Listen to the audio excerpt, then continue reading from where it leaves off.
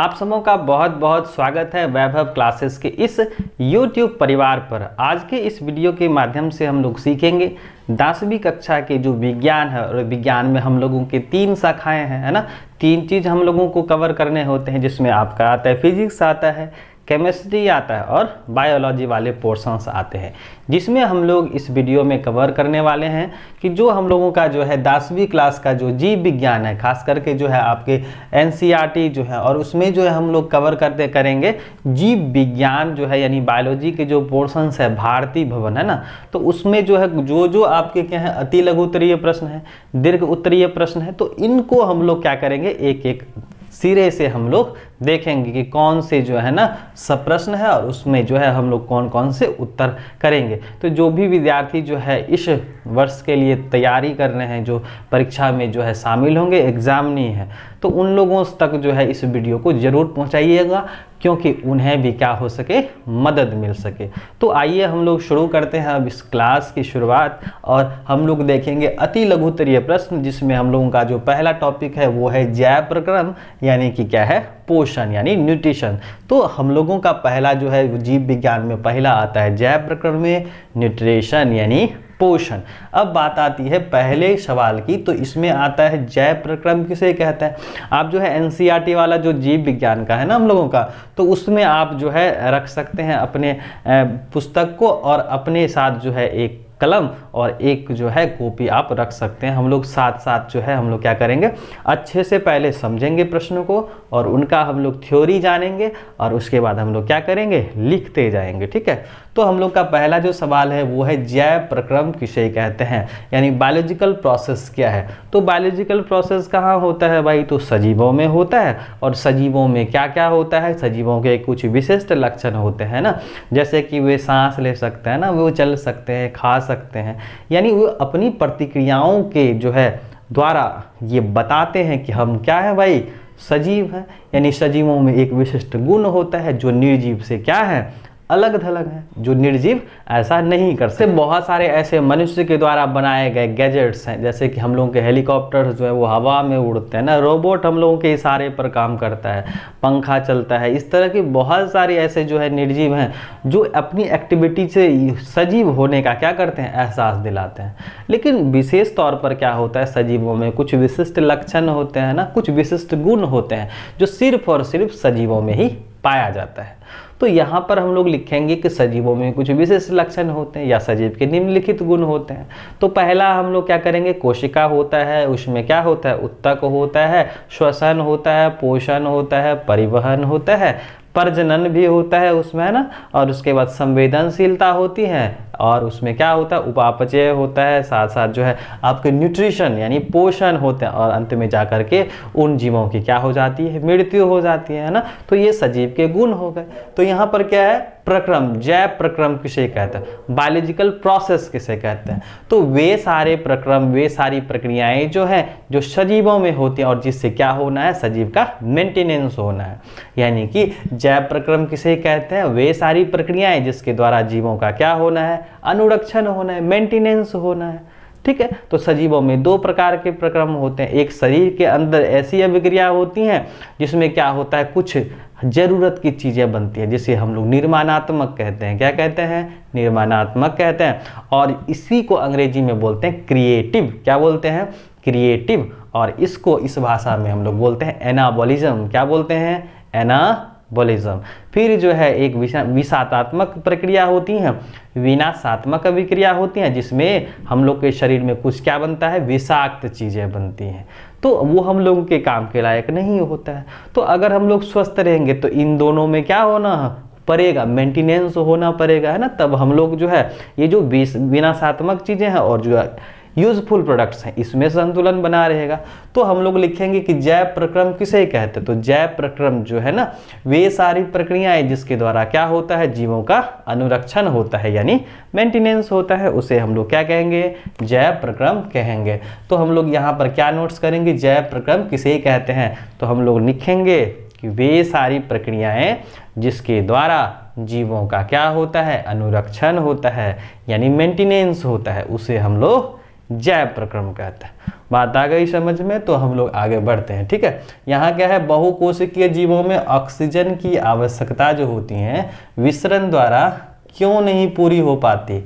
तो यहाँ पर देखिए लिखा हुआ है मल्टी सेलुलर। क्या लिखा हुआ है? मल्टी सेलुलर ऑर्गेनिज्म, यानी एक ऐसे जीव जिसमें क्या है, बहुकोशिकीय जीव है, यानी एक कोशिकीय और दूसरे होते हैं बहुकोशिकीय जीव। तो यहाँ पर क्या होता है, जितने भी सारे आपके जो है बहुकोशिकीय जीव के अंग और अंग तंत्र होते हैं ना, वह क्या होता है, पर्यावरण से अलग होता है, डिटैच होता है, यानी कि विशिष्ट कार्यों को संपादन के लिए क्या होता है, एक अलग प्रकार का जो है अंग होता है, विशिष्ट अंग होता है, जो पर्यावरण से अलग थलग होते हैं, यानी वो डिटैच होकर के रहते हैं, और इस वजह से क्या हो पाती हैं, विसरण द्वारा पूरी नहीं हो पाती है। अगर जुड़ा रहेगा तभी ना हो पाएगा। जो आपके क्या है, एक कोशिकीय प्राणियों में ऐसा होते हैं कि वो पर्यावरण से सीधे ऑक्सीजन ले लेते हैं, किसके द्वारा, विसरण के द्वारा। तो हम लोग आंसर में क्या लिखेंगे, बहुकोशिकीय जीवों में ऑक्सीजन की आवश्यकता विसरण द्वारा इसीलिए नहीं पूरा हो पाती है क्योंकि इसमें जो है विशिष्ट ऑर्गन जो है वह विशिष्ट कार्यों के लिए जो है आए हैं, यानी विशिष्ट कार्य को संपादित करने के लिए एक अलग अंग तंत्र है जो क्या होता है, पर्यावरण से डिटैच रहते हैं, अलग होते हैं। और यही वजह होता है कि इस बहुकोश के जीवों में ऑक्सीजन की आवश्यकता जो है विसरण द्वारा पूरी नहीं हो पाती है। अगर हम लोग समझ गए तो हम लोग बढ़ते हैं अब आगे। तो अगला सवाल है कि जीवों में जो है पोषण की दो विधि जो है कौन सी है? यहाँ पर अब बात आ जाती है न्यूट्रिशन की, यानी कि सजीवों का ही जो है एक प्रमुख कैरेक्टर है न्यूट्रिशन, यानी पोषण।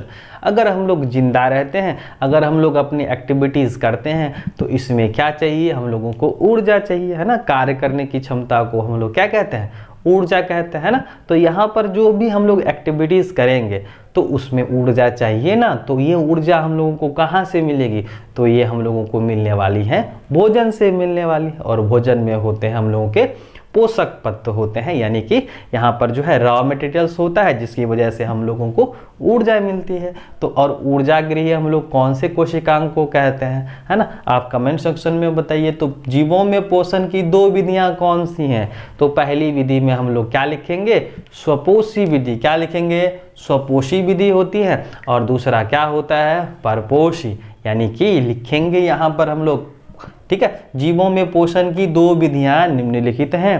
पहला क्या करेंगे हम लोग, स्वपोषण, और दूसरा क्या करेंगे हम लोग, परपोषण। और अंग्रेजी भाषा में इसी को बोलेंगे ऑटोट्रॉप्स, दूसरा को क्या बोलेंगे, हेटेरोट्रॉप्स। स्वपोषण के अंतर्गत कौन कौन से जीव आएंगे, तो हरे पेड़ पौधे आएंगे ना। और परपोषण में कौन आएंगे, हम लोगों के एनिमल्स आएंगे।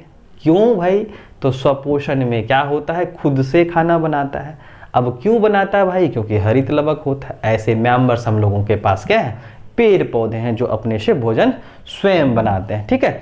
अब हम लोग बढ़ जाते हैं आगे। तो यहाँ पर जीवों में पोषण कितनी विधियाँ, दो विधियाँ। एक हो गया स्वपोषण और दूसरा क्या हो जाता है हम लोगों का, परपोषण, ठीक है। अब हम लोग बढ़ जाते हैं आगे। फोर्थ नंबर में क्या है कि हरे पौधों में किस प्रकार का जो है पोषण पाया जाता है। अब बात आ जाती है किसकी, पेड़ पौधों की। तो पौधों में क्या होता है भाई, तो पौधों में दो प्रकार के सिस्टम होते हैं, जड़ तंत्र होता है और तना तंत्र होता है। तो यहाँ पर क्या है कि पौधों में किस प्रकार का जो है पोषण होता है। तो क्या पौधे जो हैं भोजन के लिए, पोषण के लिए दूसरे जीवधारी प्राश्रित होते हैं, नहीं ना होते हैं। क्यों नहीं होते भाई, क्योंकि इसमें हरित लवक पाया जाता है ना, इसमें क्लोरोप्लास्ट होता है।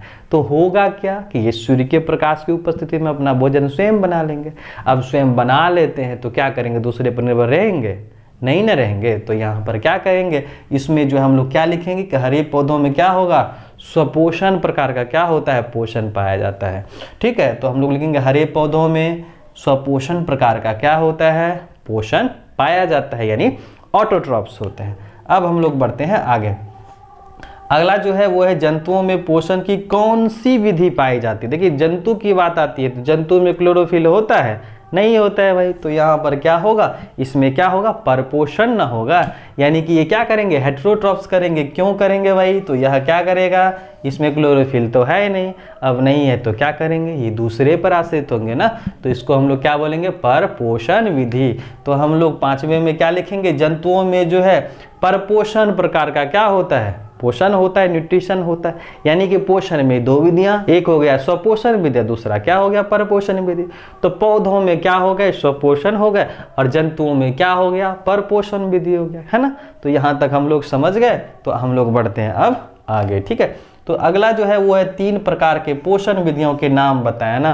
तो यहाँ पर जो है 3 मेथड्स जो है आपको बताने हैं। तो इसमें हम लोग क्या क्या लिखेंगे, जीवों में क्या होता है 3 प्रकार का पोषण होता है। पहला में हम लोग लिखेंगे स्वपोषण, दूसरा में लिखेंगे परपोषण और तीसरा में लिखेंगे क्या प्राणी समपोषी। क्या बोलेंगे प्राणी समपोषी। स्वपोषण की तो हम लोग बात कर चुके हैं, वे जीव जो स्वयं खाना बना लेते हैं, जिसमें हरे पौधे आ गए, है ना, प्रकाश संश्लेषण उसमें होता है। क्यों होता है भाई, क्योंकि उसमें हरित लवक होता है ना। दूसरा हम लोगों ने सीखा कि परपोषण जो है अपने से खाना नहीं बनाए तो वो दूसरे पर आश्रित रहे, है ना। तो और तीसरा जो है वो क्या है प्राणी समपोषी, यानी कि वे जीव, यानी कि उसमें इस प्रकार का पोषण होता है जो किसी ना किसी फॉर्म में जीवों को क्या कर देते हैं अपने अंदर घुलित रूप में ले लेते हैं। तो इस प्रकार का जो पोषण होगा वो क्या होगा प्राणी समपोषी, यानी होलोजोइक टाइप ऑफ न्यूट्रिशन होगा। ठीक है, यहाँ तक कोई दिक्कत नहीं है। चलिए हम लोग आगे बढ़ते हैं। संपूर्ण प्रकाश संश्लेषण का रासायनिक सूत्र लिखें। क्या लिखें संपूर्ण, यानी कि जो है आपको यहाँ पर करने हैं फोटोसिंथेसिस का केमिकल रिएक्शंस करना है। तो ये बड़ी आसान है। तो हम लोग कैसे इसको किस तरह से समझेंगे, हम लोगों ने अभी क्या पढ़ा कि पौधे क्या हैं स्वपोषी जीव हैं पौधे क्या है स्वपोषी जीव है। ये इसे यह क्या करता है अपने से खाना बना लेता है। अब भाई क्यों खाना बना लेता है, कोई तो कारण होगा। तो यहाँ पर हम लोगों को याद रखना है इसमें क्या होता है हरित लवक होता है। ठीक है, यहाँ तक हम लोग का क्लियर है। अब देखिए पौधों में कितने सिस्टम होते हैं, तो 2 सिस्टम होते हैं, यानी पद्धतियां होती हैं। तो पहला होता है जड़ तंत्र, दूसरा क्या होता है धड़ तंत्र, जिसे हम लोग तना तंत्र कहते हैं। अब देखिए जड़ तंत्र का क्या काम होता है, तो जल तथा खनिज लवण का अवशोषण करना होता है, और धड़ तंत्र जो है वो जमीन के बाहर होते हैं। तो यहाँ पर प्रकाश संश्लेषण को हम लोग बचपन से ही परिभाषित करते आ रहे हैं कि पौधों में की जाने वाले वे प्रक्रम, यानी वे प्रक्रम जिसमें क्या होता है पौधे अपना भोजन स्वयं बना लेते हैं, उसे हम लोग क्या कहते हैं प्रकाश संश्लेषण करते हैं। तो अब हम लोग ये सीखेंगे कि इस प्रकार के जो प्रक्रम है ना, जो प्रोसेस है प्रकाश संश्लेषण का, इसमें हरे पौधे कैसे खाना बनाते हैं ना, तो कौन कौन से आवश्यक सामग्री का इस्तेमाल करते हैं, उपयोग करते हैं, जुटाते हैं। तो हम लोगों को याद रखने हैं कि मिट्टी में क्या है जल तथा खनिज लवण है, और किसकी मदद से ये लेते हैं जड़ की मदद से लेते हैं, है ना। तो जड़ में होता है मूल रोम, ये याद रखना है। ठीक है, तो यहाँ क्या होता है मिट्टी से जल तथा खनिज लवण का अवशोषण कर लिए, और क्या करते हैं जो वायुमंडल में क्या है कार्बन डाइऑक्साइड है ना, जो वायुमंडल में है कार्बन डाइऑक्साइड, और उसके बाद हमारी हरी पत्तियों में जो है क्या है क्लोरोफिल है ना, क्लोरो हरित लवक है ना। और ये सारा जो मिल करके क्या बनाता है हम लोगों के जो है क्या बनाते हैं स्टार्च बनाते हैं, ग्लूकोज बनाते हैं ना, कार्बोहाइड्रेट्स का निर्माण करते हैं ना। तो यहाँ पर क्या होता है यह प्रक्रिया कब होगी जब सूर्य का प्रकाश की उपस्थिति होगी, तब ना होगा क्या प्रकाश संश्लेषण की प्रक्रिया, और इसमें बनाते हैं कार्बोहाइड्रेट्स है ना स्टार्च के रूप में। तो क्या उसके बाद जलवाष्प और प्राणवायु यानी ऑक्सीजन हम लोगों को दे देते हैं। तो यहाँ पर जो है हम लोग किस प्रकार से रिएक्शंस लिखेंगे, प्रकाश संश्लेषण का जो है संपूर्ण जो है रासायनिक अभिक्रिया हम लोग को लिखना है।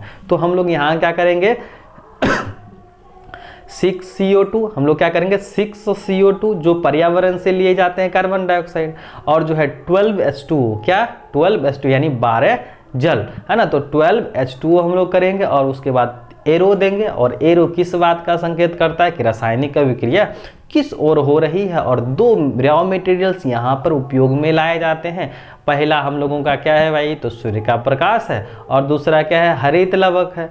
तो ये दोनों जो है ये 4 में रॉ मटेरियल्स हो गए, कार्बन डाइऑक्साइड हो गया, आपका जो है क्या हो गया जल खनिज लवण हो गया, और जो है सूर्य का प्रकाश और हरित लवक ये मिल करके स्टार्च बनाते हैं। और यहाँ पर हम लोग क्या लिखेंगे कार्बोहाइड्रेट का फॉर्मूला क्या होता है C6H12O6, और हम लोग ऐड करेंगे प्लस 6H2O और प्लस 6O2, जो किस रूप में गैसियस फॉर्म में क्या हो जाते हैं रिलीज हो जाते हैं, जिसे हम लोग क्या कहते हैं प्राण वायु कहते हैं। तो यहाँ पर हम लोगों का जो अगला सवाल भी होने वाला है, प्रकाश संश्लेषण उत्पाद के रूप में क्या कर रिलीज करते हैं, तो ऑक्सीजन यानी प्राणवायु रिलीज करते हैं।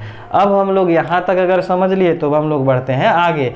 अगला जो सवाल है वो है प्रकाश संश्लेषण की प्रक्रिया में उत्पाद यानी बाय प्रोडक्ट्स के रूप में क्या बनता है। तो हम लोग क्या लिखेंगे, ऑक्सीजन बनता है ना। अब हम लोग बढ़ते हैं आगे, कहाँ पर हम लोग पहुँच चुके हैं, सवाल नंबर 9 पर। ठीक है, तो अब है कि प्रकाश संश्लेषण की प्रक्रिया जो है क्लोरोप्लास्ट में ही क्यों होती है। अब देखिए क्लोरोप्लास्ट जो है वो कहाँ है, हम लोगों की हरी पत्तियों में, और इसमें क्या होता है, क्लोरोफिल होता है। क्या होता है, क्लोरोफिल, यानी कि इसमें हरित लवक पाया जाता है। तो यहाँ पर क्या होगा, सूर्य के प्रकाश की मौजूदगी में जो है क्या होता है, और ये कहाँ होती है, तो हरी पत्तियों में होती है। और हरी पत्तियों का जो रंग कैसा होता है, हरा होता है। और ये क्यों, क्योंकि इसमें क्या होता है, क्लोरोफिल की मौजूदगी होती है। तो हम लोग लिखेंगे प्रकाश संश्लेषण की प्रक्रिया जो है वो क्लोरोप्लास्ट में इसीलिए होती है क्योंकि इसमें क्या है, क्लोरोफिल है ना, हरित लवक है। ठीक है, तो हम लोग ये लिख लेंगे। ठीक है, उसके बाद हम लोग का प्रकाश संश्लेषण में किन किन पदार्थों की आवश्यकता होती है, हम लोग तुरंत समझे हैं क्या क्या, कि प्रकाश संश्लेषण में किन किन पदार्थों की, कार्बन डाइऑक्साइड की, जो कहाँ से लिए जाते हैं, कहाँ से लिए जाते हैं, वायुमंडल से लिए जाते हैं। हाँ ठीक, तो वायुमंडल से लिए जाते हैं। उसके बाद जो है मिट्टी से जल तथा खनिज लवण का अवशोषण करा जाता है ना। और ये प्रक्रिया कहाँ होती है, हरी पत्तियों में। क्यों होता है, क्योंकि हरित लवक वहाँ पर है ना, क्लोरोफिल है। और ये सारा जो है सूर्य के प्रकाश की उपस्थिति में होता है। और क्या बनाते हैं, ऑक्सीजन रिलीज करते हैं ना, स्टार्च बनाते हैं। तो किन किन पदार्थों की आवश्यकता होती है, तो हम लोग लिखेंगे प्रकाश संश्लेषण में जो है निम्नलिखित पदार्थों की आवश्यकता पड़ती है। पहला है कार्बन डाइऑक्साइड, दूसरा है जल तथा खनिज लवण, उसके बाद है हरित लवक, और सूर्य का प्रकाश यानी सूर्य की उपस्थिति होनी अनिवार्य है। अब हम लोग देखते हैं 11वें नंबर का। तो प्रकाश संश्लेषण प्रक्रिया के लिए पौधे CO2 कहाँ से प्राप्त करते हैं, बोलिए CO2 कहाँ से प्राप्त करते हैं, तो ये हमारे वायुमंडल से प्राप्त करते हैं, कार्बन डाइऑक्साइड। और कितनी मात्रा में है, तो ये हम लोगों के पर्यावरण में है 0.03% के रूप में, है ना। तो यहाँ पर इतने अमाउंट्स में है। अब हम लोग आगे बढ़ते हैं, कवक और जंतुओं में प्रकाश संश्लेषण की प्रक्रिया क्यों नहीं हो पाती है, यानी कि यह ऐसा कौन सा वजह है जिसमें कवक और जंतु जो है अपने स्वयं से भोजन नहीं तैयार कर सकते हैं। तो यहाँ पर याद रखना, हम लोग पढ़ चुके हैं हरित लवक है ना, क्लोरोप्लास्ट। तो यहाँ पर जो है इस तरह की बातें नहीं होती है, और सूर्य के प्रकाश की उपस्थिति रहने के बावजूद भी ये अपना भोजन स्वयं नहीं तैयार कर सकते हैं। तो हम लोग क्या आंसर में लिखेंगे, कवक और जंतु जो है प्रकाश संश्लेषण की प्रक्रिया में अपना भोजन नहीं बना सकते हैं, या प्रकाश संश्लेषण की प्रक्रिया नहीं होती है क्योंकि इसमें हरित लवक अनुपस्थित होता है, नहीं पाया जाता है। इस वजह से जो है कवक और जो है जंतु को किस में रखा गया है, परपोषी में रखा गया है ना, हेटेरोट्रॉप्स ये करते हैं। उसके बाद हम लोग बढ़ते हैं आगे। पोषण के दृष्टिकोण से अमीबा और परामीशम किस प्रकार का जंतु है, बोलिए। यहाँ पर अपने से खाना बनाएगा, नहीं ना बनाएगा जी। तो यहाँ पर यह किस में रखा जाएगा, परपोषण में रखा जाएगा ना। तो यहाँ पर हेटेरोट्रॉप्स जो है ये आपके क्या है, अमीबा और पारामीशम में चले जाएंगे। ठीक है, उसके बाद आता है मनुष्य का आहार नाल किन किन भागों में बटा होता है भाई।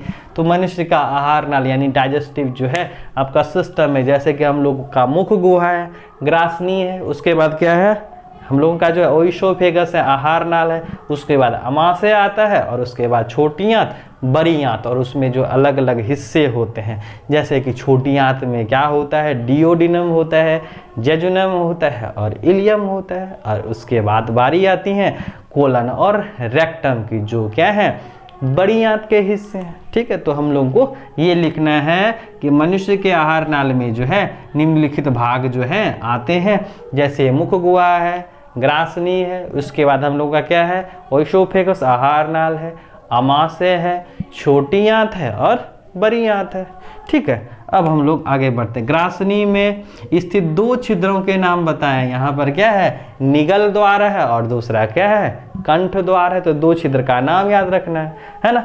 आहार नाल यानी कि जो है यहाँ पर क्या करेगा, एक से जो है भोजन जाएगा, और दूसरे क्या करेंगे, कंठ द्वार है ना। तो निगल द्वार और दूसरा क्या हो गया, कंठ द्वार हो गया। उसके बाद है मनुष्य के आहार नाल में किस भाग में जो है भोजन का अवशोषण होता है, यानी कि यहाँ एब्जॉर्प्शन की बातें हो रही है। तो याद रखने हैं कि मनुष्य के आहार नाल में जो है भोजन का जो पाचन होता है ना, और वहाँ पर जो अवशोषण करा जाता है वह कौन सा हिस्सा होता है, छोटी आंत का होता है। क्या होता है, छोटी आंत, यानी कि स्मॉल इंटेस्टाइन।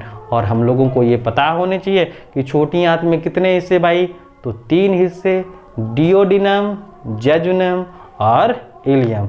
अब हम लोग बढ़ते हैं आगे। हम लोग का जो अगला सवाल होगा वो होगा 18वें नंबर का, जो हम लोग देखेंगे। तो इतना करने के बाद हम लोग अब आ जाते हैं 18वें प्रश्न पर, है ना। तो यहाँ पर जो है हम लोगों का क्या है, क्लोरोफिल वर्णक कहाँ पाया जाता है। क्लोरोफिल वर्णक जो होता है वो आपके जो है क्लोरोप्लास्ट में पाए जाते हैं। किस में पाए जाते हैं, क्लोरोप्लास्ट में पाए जाते हैं। तो हम लोग लिखेंगे कि क्लोरोफिल वर्णक जो होता है वो क्लोरोप्लास्ट में उपस्थित होता है। ठीक है। 19वां सवाल है कि प्रकाश संश्लेषण द्वारा पौधे क्या चीज़ का निर्माण करते हैं। तो यहाँ पर क्या करते हैं, अपना भोजन बनाते हैं। तो किस रूप में बनाते हैं भाई, तो स्टार्च के रूप में, जो क्या है, कार्बोहाइड्रेट्स हैं। तो यहाँ पर किस रूप में करते हैं, तो अपने भोजन के रूप में, है ना। ये हो सकते हैं स्टार्च हो सकते हैं या कार्बोहाइड्रेट्स हम लोग यहाँ पर लिख सकते हैं। ठीक है। उसके बाद है कि मृत जीवी को क्या कहा जाता है। मृत जीवी किसे कहते हैं, कि वैसे जीव जो सड़े गले चीज़ों से अपना पोषण प्राप्त करते हैं, तो उसे हम लोग क्या कहेंगे, मृत जीवी जीवधारी कहते हैं। तो यहाँ पर जो मृत जीवी जीवधारी होते हैं ना, जो क्या होते हैं, सूक्ष्म जीव होते हैं, तो उसे हम लोग कहाँ रखते हैं, तो अपघटन कर्ता के अंतर्गत रखते हैं ना। तो हम लोग को ये पता होना चाहिए कि जो जैव अवयव जो होते हैं ना, वह 3 प्रकार के होते हैं, उत्पादक हो गए, उपभोक्ता हो गए और अपघटन कर्ता हो गए। तो यहाँ पर जो है मृत जीवी को हम लोग कहाँ रखेंगे, तो रखेंगे हम लोग अपघटन कर्ता के अंतर्गत रखेंगे। आगे बढ़िए कि जिस जीव को शरीर के परजीवी अपना भोजन प्राप्त करते हैं वे क्या कहलाते हैं। यानी कि यहाँ पर है जिस जीव के शरीर से, देखिए यहाँ पर क्या है, जिस जीव के शरीर से परजीवी, यानी कि यहाँ पर क्या है, पैरासाइट्स है। क्या है, पैरासाइट्स है। तो ये जहाँ से लेंगे ना, तो उस जीव को हम लोग क्या बोलेंगे, तो देखिए यहाँ पर परजीवी है, तो उस जीव का नाम बताना है जहाँ से ये भोजन प्राप्त करते हैं। तो उस जीव को हम लोग क्या बोलते हैं, पोषी कहते हैं। क्या कहते हैं, पोषी, यानी कि होस्ट कहते हैं। तो यहाँ पर हम लोग लिखेंगे कि जिस वे जीव जो क्या करते हैं, परजीवी से अपना भोजन प्राप्त करते हैं, वैसे जीवों को हम लोग क्या कहेंगे, पोषी बोलेंगे। तो जवाब में हम लोग क्या लिखेंगे, पोषी कहा जाता है ना। तो उसके बाद हम लोगों का है 22वां सवाल है कि गोबर छत्ता में किस प्रकार का पोषण पाया जाता है। गोबर छत्ता यानी कि आपके जो है फंजाई मेंबर्स, तो ये क्या करते हैं, सड़े गले चीज़ों पर जो है क्या करते हैं, अपना न्यूट्रिशंस लेते हैं। तो यह किस में आ जाएगा भाई, तो पर पोषण में आ जाएगा। और पर पोषण के किस कंडीशंस में, मृत जीवी में आ जाएगा, है ना, मृत जीवी यानी सेप्रोफाइट में। उसके बाद आ जाते हैं यहाँ पर कि पत्तियां का कौन सा अंग जो है कार्बन डाइऑक्साइड युक्त वायुमंडल का क्या है, वायुमंडल का जो है प्रवेश द्वार है। तो यह कहाँ से लेता है, तो आपके क्लोरोप्लास्ट से क्या करता है, ये कार्बन डाइऑक्साइड जो है लेता है। उसके बाद बात आती है 24 नंबर की, तो पोषण के दृष्टिकोण से जंतु को क्या कहा जाता है। तो हम लोग पढ़ चुके हैं, पोषण के दृष्टिकोण से जो है जंतु को हम लोग क्या बोलेंगे, जंतु में क्या होता है, परजीवी है, होता है, परपोषी होता है या प्राणिशम होता है। तो इसी को हम लोग क्या बोलते हैं, क्या लिखेंगे, पोषण की दृष्टि से जंतुओं को क्या कहा जाता है। तो क्या कहा जाता है भाई, तो परपोषी जीव कहते हैं। क्या कहेंगे, परपोषी जीव कहेंगे। अगला जो है वो अमीबा में भोजन का पाचन कहाँ होता है। अमीबा जो क्या है, एक कोशिकीय प्राणी है और इसे हम लोग क्या कहते हैं, अमर जंतु के नाम से जानते हैं। और ये कहाँ होता है, मुख्य रूप से नदी, तालाब, पोखर में पाया जाता है। और इसमें विभाजन जो है होती हैं, किससे होती हैं, कैसे होती हैं, आप कमेंट सेक्शन में बताइए कि जो है अमीबा जो होता है वह किस प्रकार से क्या करता है, अपनी संतानोत्पत्ति करता है, जनसंख्या बढ़ाता है। अब बढ़ते हैं हम लोग आगे 26वें प्रश्न पर को देखते हैं। तो यहाँ पर है मनुष्य में जो है भोजन के पाचन के लिए विशेष अंग को हम लोग क्या कहते हैं। यानी कि जो हम लोग भोजन खाते हैं तो यहाँ विशेष तौर पर जो है उस पोषक तत्वों का पाचन जो है करता है एक विशेष अंग, उसे हम लोग क्या बोलते हैं, डाइजेस्टिव सिस्टम। यहाँ पर हम लोग लिखेंगे। आहार नाल जो होता है वह क्या करता है, मनुष्य में जो भोजन लिए जाते हैं उसका, तो मनुष्य में भोजन का जो पाचन होता है उसके लिए जो है इसमें आहार नाल जो है इसमें मददगार होते हैं। अब हम लोग बढ़ते हैं आगे। तो मनुष्य के जीव के ऊपरी सतह पर जो है पाए जाने वाली जो संरचना होती है, स्ट्रक्चर होता है, उसे हम लोग क्या कहते हैं, यानी जीव। और जीव किसके लिए होता है, तो ये स्वाद के लिए होता है ना। यहाँ पर क्या पाए जाते हैं, उभार जैसी संरचना होती हैं, तो उस पर जो है उस संरचना को हम लोग क्या बोलते हैं, तो यहाँ पर बोलते हैं स्वेद कलिका। क्या बोलते हैं, स्वेद कलिका यानी टेस्ट बर्ड, है ना। और उसी की मदद से हम लोग किसी भी भोजन का क्या करते हैं, स्वाद का पता लगाते हैं ना। तो हम लोग आंसर में क्या लिखेंगे, मनुष्य के जीव के ऊपरी सतह पर पाए जाने वाली संरचना को स्वेद कोशिका यानी स्वेद कलिका कहते हैं, यानी टेस्ट बर्ड कहते हैं। ठीक है, उसके बाद अगला सवाल है, मुख गुहा से भोजन कहाँ पहुंचता है। तो कहाँ पहुंचता है भाई, तो ग्रासनी में पहुंचता है या निगल द्वार में। ठीक है, उसके बाद बात आती है, ग्रासनी की दीवार में तरंग की तरह होने वाली सिकुड़न और फैलाव को क्या कहते हैं, कॉन्ट्रैक्शन या रिलैक्सेशन जो होता है ना।